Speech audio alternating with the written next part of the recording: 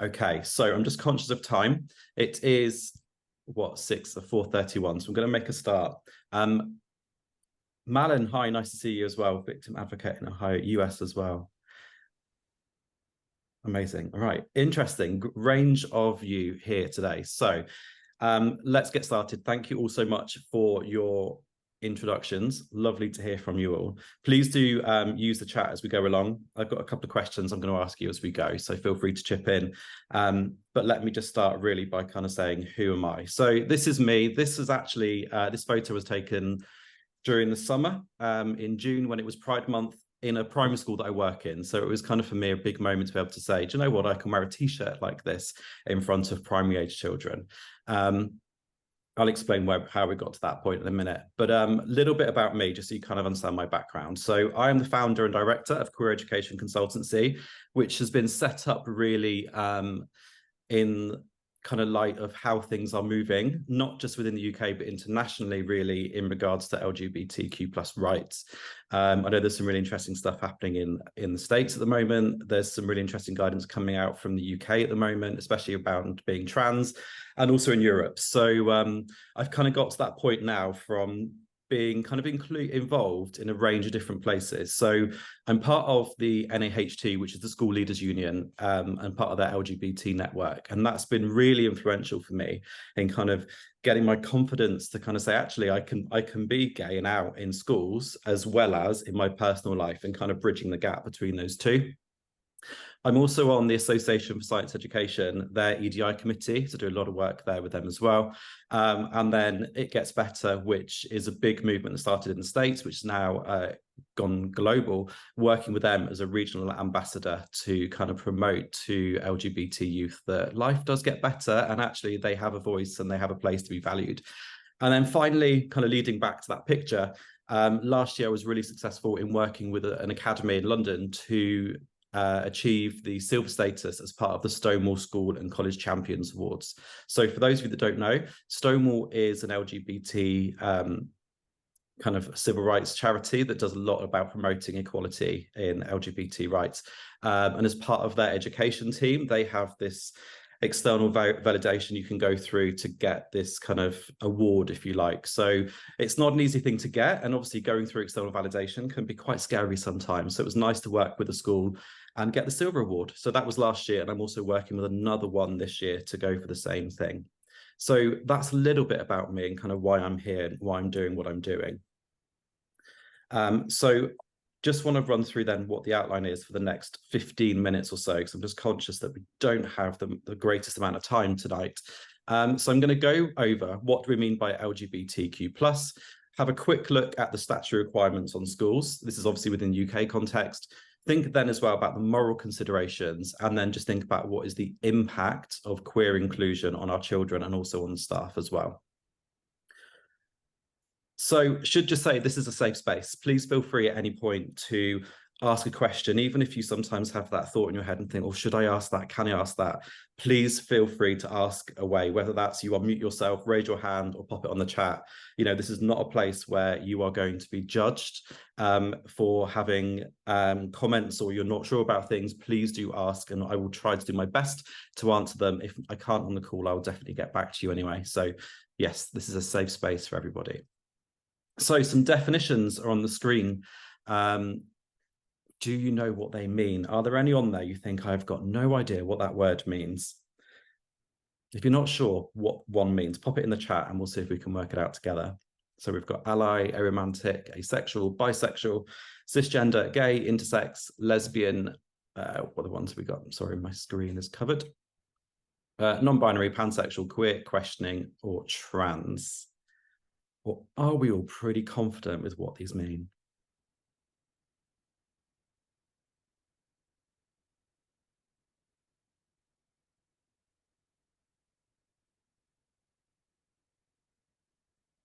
Okay, Natalie's not heard of an ally. Okay. Anyone else? Hannah's asking, what is intersex? This is good. If you get nothing else on the call today, at least we'll now have 2 words that we can add to our vocabulary.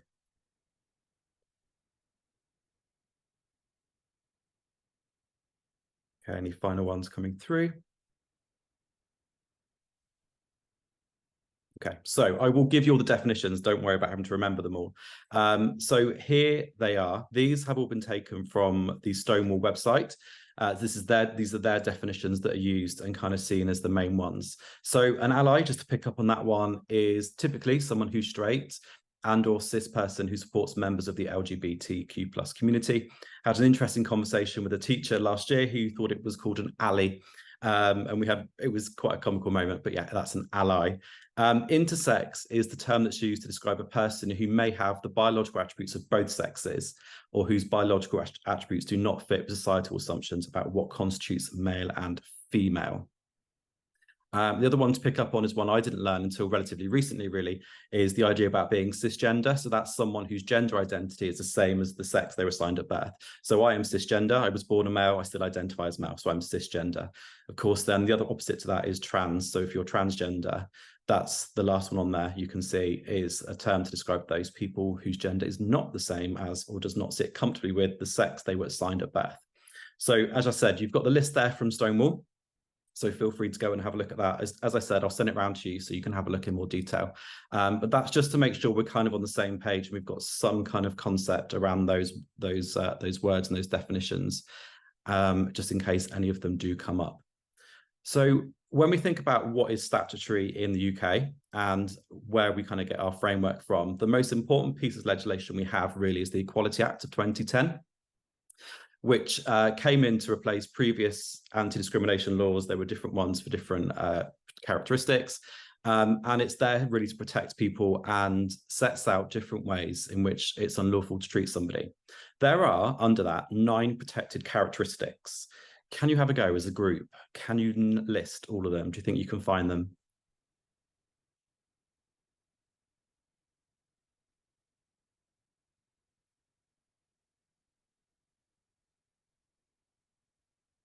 If you want to unmute yourself and just shout them out, that's fine.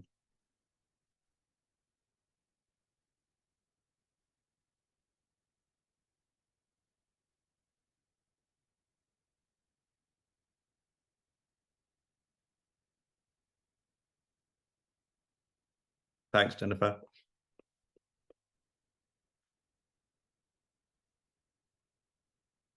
So gender, sexuality, age, ethnicity, disability,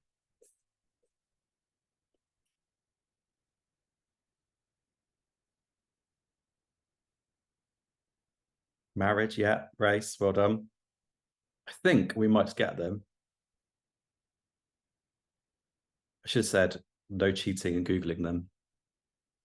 But I believe you, or I trust you're all not cheating. Okay, fab. So let's have a look. I think it sounds like we've got most of them.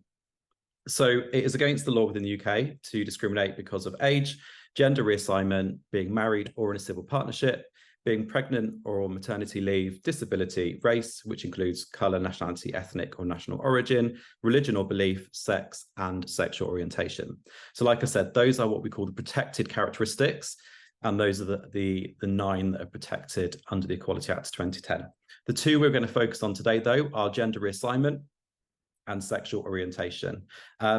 The law is a little bit out of date. It doesn't quite cover all aspects of sexual orientation, especially the more recent things around being non-binary doesn't quite come in well under this act. So there is some criticism and some thoughts around progressing it further. But at the moment, it's good that we have something in place. So that's what the law says. When we think about what happens in schools in the UK, there are 3 things really where it comes in. The first one is Ofsted, which is the Office for Standards and Education. And under their current education framework, they've got 3 aspects really. The first one is personal development, which is where a lot of schools will get picked up on in their Ofsted reports, which is about promoting respect for those protected characteristics and the interplay between them. And often if a school is doing very well and gets a good grading, then you'll see some really good mentions in there section around in personal development. The second one that comes up, whether you get a lot of the comments, and the framework mentions it quite a lot, is the behavior and attitudes judgment, which covers everything really. And that's pretty much the bullying aspect and the school culture. And then there is some guidance in their framework for leadership and management about having an ambitious vision for everybody, which is inclusive, but it doesn't go into too much detail. So Ofsted really pick up on this aspect around being inclusive and the protected characteristics. We've also then got the relationships education, sex education, health education guidance from the Department for Education. And this is where it gets a little bit woolly at times, and there's been some really interesting debates recently actually around the guidances in there. So when we think about being LGBT plus, it says that schools should ensure that they meet the needs of all pupils appropriately, and that all pupils understand the importance of equality and respect. It talks about the Equality Act, and when it talks about being LGBT, it just says that it should be sensitive and age appropriate in approach and content. But obviously that's where the contention comes in, because what does that mean to one person to the next? So it does say that schools are free to determine how they do it, but that has led, like I said, to some contention and when we teach about being LGBT.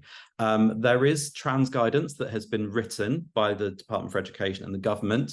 However, it has been delayed and we're not sure when it's coming out, particularly around being trans, because from what I've read recently, it has been seen as being unlawful.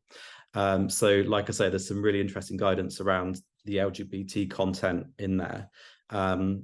But it does say really that schools should be teaching this. It's just, you know, there's a debate around, should we have it in there in primary schools? Is it something that's just be in secondary education? So yeah, something that's still hotly contested, but the majority of schools now in primary education, you will see some kind of content around being LGBT from this guidance. And then the other one we've got is keeping children safe in education. So our safeguarding documentation, which is updated every year, talks a little bit around homophobic and transphobic bullying, kind of in a sweeping statement.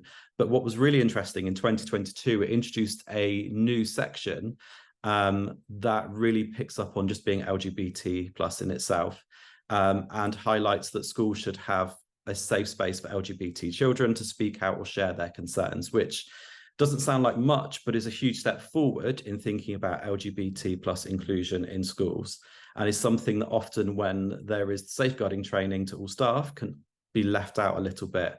And it also makes a really nice point that says that the fact that a child may be LGBT plus is in itself not an inherent risk factor for harm. So just because someone may identify as LGBT doesn't mean that they are at risk of safeguarding concerns, which is really good to have in there, particularly given some conflict and some debates around it being a lifestyle choice from other members of society and the community. So it's nice that that's in there. So that's clearly where we are with the law and what's being set from the Department for Education. But then there are also the moral considerations and what impact does it have on the children themselves. So the charity Just Like Us commissioned a report in 2023 looking at the difference between LGBT plus young people who had a supportive environment and those who didn't. So I've just got a few statistics for you, and get ready with those fingers because there'll be some questions coming up again. So the first one is, in the last year, 47% of non-LGBT young people have been bullied at school. What do you think the percentage is for those who are LGBT plus? Higher, lower, same? I think that'd probably be about 70 to 80%. Thanks, Nat. Jennifer's got 80% in the chat. Closer to 80. Okay, it is 68%, which is, it's good that it's lower than you guys are thinking. But still, I think even at 47%, I think that's still too high for being bullied in school. But so it's interesting, you can see the difference just for being LGBT. In the same report, it talked about it being a positive thing in school. So what percentage of LGBT young people said their school spoke positively about being LGBT? I'll give you a clue. It's lower, this one. 30. Thanks, Nat. 30%. .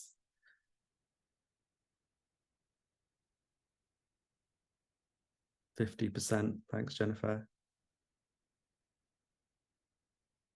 30, 35. Okay. So with this one, agree. I'd like to think it's getting higher, but sadly it's not. It's 44%. So only 44% of LGBT plus young people said their school spoke positively about it. And I know from my own personal experiences that even still when I'm in schools, if I hear anything about being LGBT, kind of my ears prick up. So I'm really conscious about it.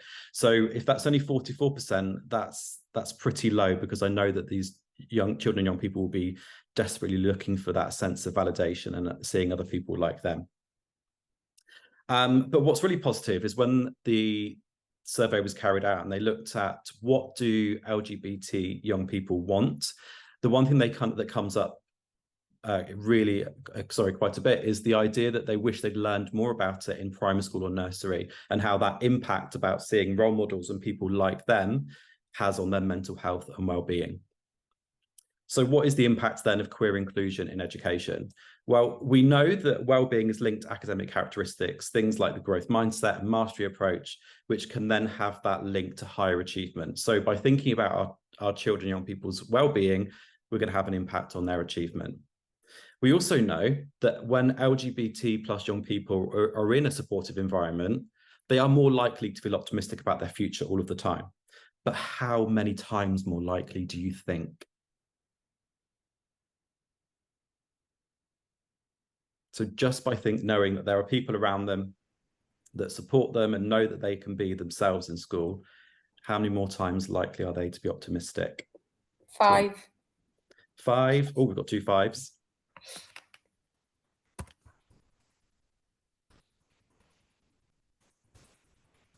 4. Jennifer, you're on the money. It's 4. So 4 times more likely to feel optimistic, which is a huge increase. Even at 5 times more is a huge increase just by being in that supportive school environment.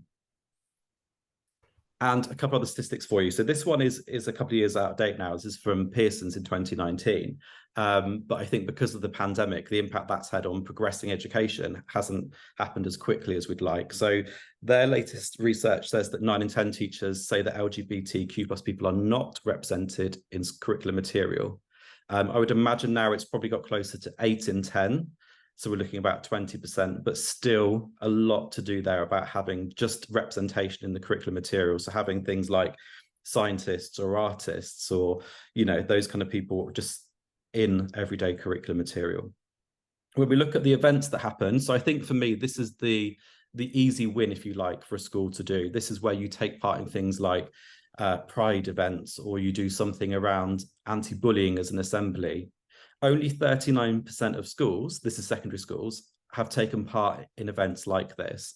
And given that events like Diversity Week and LGBT plus History Month have got loads of free resources, I find that quite a shocking statistic that still, given that everything is free, people are still not engaging with it. Secondly, only 58% of LGBTQ plus young people feel safe in school every day. This is one of those statistics that just sits with me the whole time and think, do you know what? If we haven't got that safety all of the time, every day in school, what is happening there? And, especially when you think about some of these children will not have a safe space at home. So if they haven't got it in school, where have they got it? Now, did you want to say or ask something? See your hands up. Yeah, I just wanted to ask a question. Do you know you were saying about representation in the curriculum? Yeah. How do they know that? Do you know what I mean? Like, so say you were saying about a scientist. Yeah. What is it? Are we talking about icons? Because is that not a stereotype that they'd be putting in there, or just a little bit more interested in that? Are you talking about how do they know that that scientist isn't gay? Do you know what I mean? Or is it Yeah. in terms of, or is it in terms of the staff that are teaching? Is it or? Yeah, it's the staff that are teaching it. So, Okay, cool. Yeah, that so makes if you sense. take Alan Turing as a classic example, Yeah, so when we talk about science or computing, he is put in there, but is his identity known by the teachers, and got then yeah. is that reflected back to the kids? Does that help? Yes, that bit can be that bit can be left out a little bit. So yeah, that helps. Yeah. Yeah, thank you. No, you're Appreciate you. welcome. Thanks I for was thinking asking. like in textbooks, like pictures of scientists, and I was thinking, oh, how would they know by looking at a picture of a scientist? So No, yeah, yeah, it's it's thank a you. silly question. Thanks. That's okay. And then the last one there is about anti-LGBT bullying. So only 33% of LGBTQ plus young people think there's a clear process for dealing with bullying in their school. So things are moving in the right direction, but still these statistics, I think, paint a bit of a picture that says we've still got a lot to do.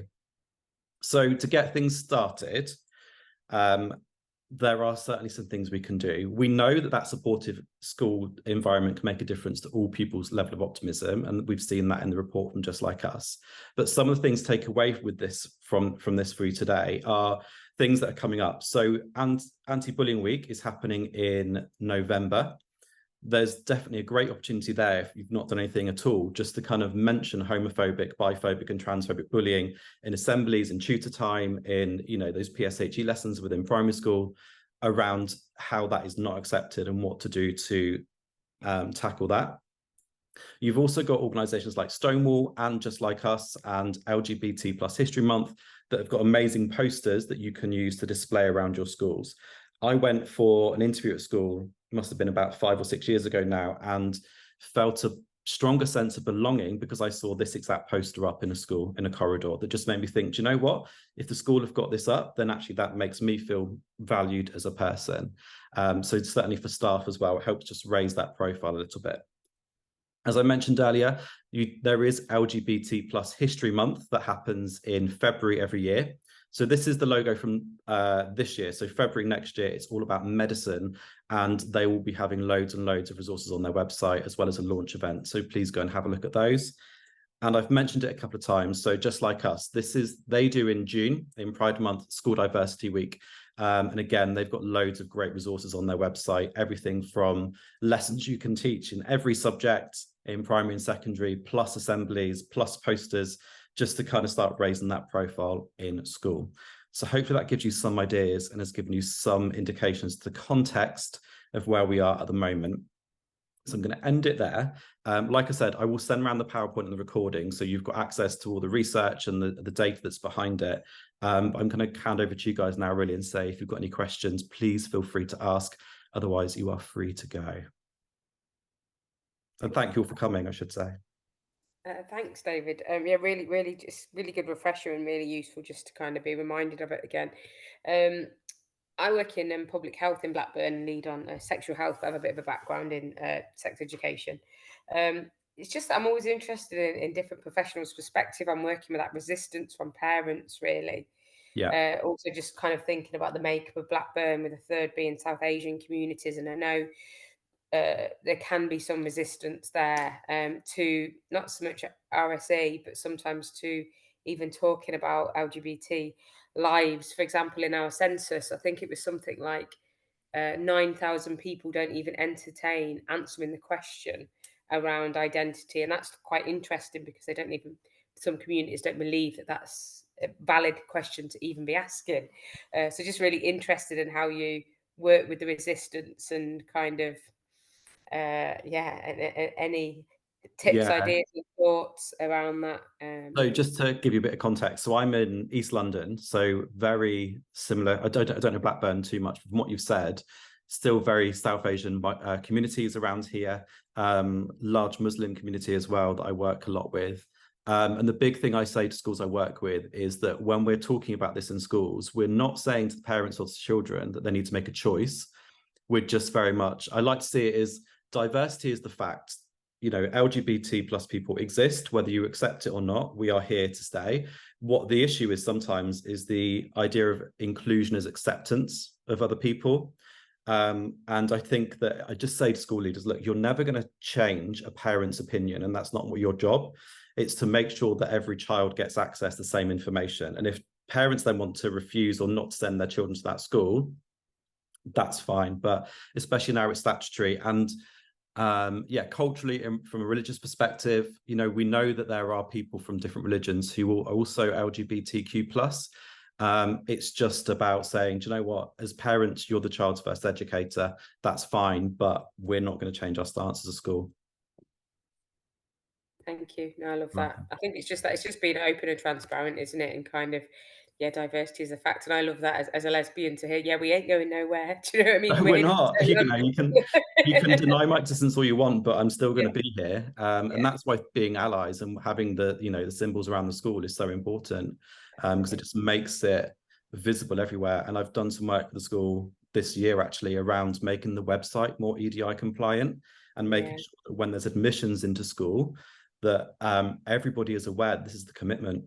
Yeah, definitely. Yeah. Just one more follow-up question. Sorry, Jennifer, I'm just going to jib in while I'm here.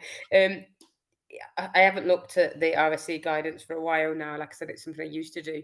Um, but parents and the right to withdraw. What? Just as a bit of a refresher, they don't have the right to Nope. withdraw from any of it. So at all. Okay, Yeah, cool. Perfect. they've got at the moment, from what I can understand, they've got the right to withdraw from sex education in primary, but very few primaries will do sex ed anyway.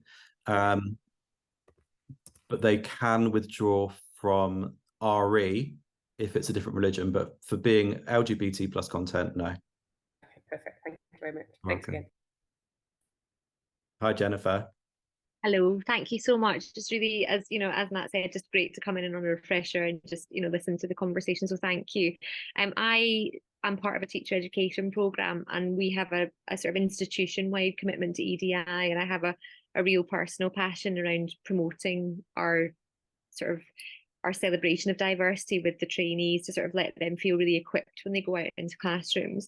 I guess, then I know this is a massive question, so I apologise, but I just wonder whether there's anything that you think would be your key messages that you think children and young people, LGBTQ plus children and young people in our primary schools needs our trainees to come out with. So is there a certain kind of message that as teacher educators we should be sharing with our trainees that then they can take into the classroom? I mean, I wrote down when you said diversity is a fact, and that to me is a key headline, but I just wonder whether there's anything else particularly that you think would be helpful for us to kind of promote with our trainees for them to take in.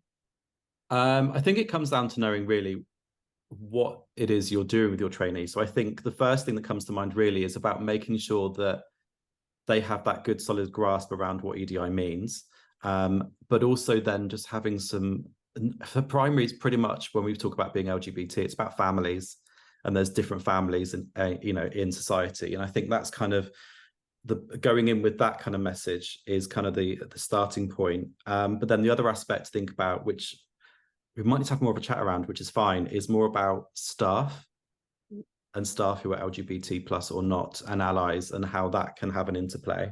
Because I know it's so hard, going back to the many years ago, and I was a student, when you kind of have to go in and fit into how a school operates, is very tricky. And certainly if you're with a teacher that may not have the best relationship with, or have different opinions on.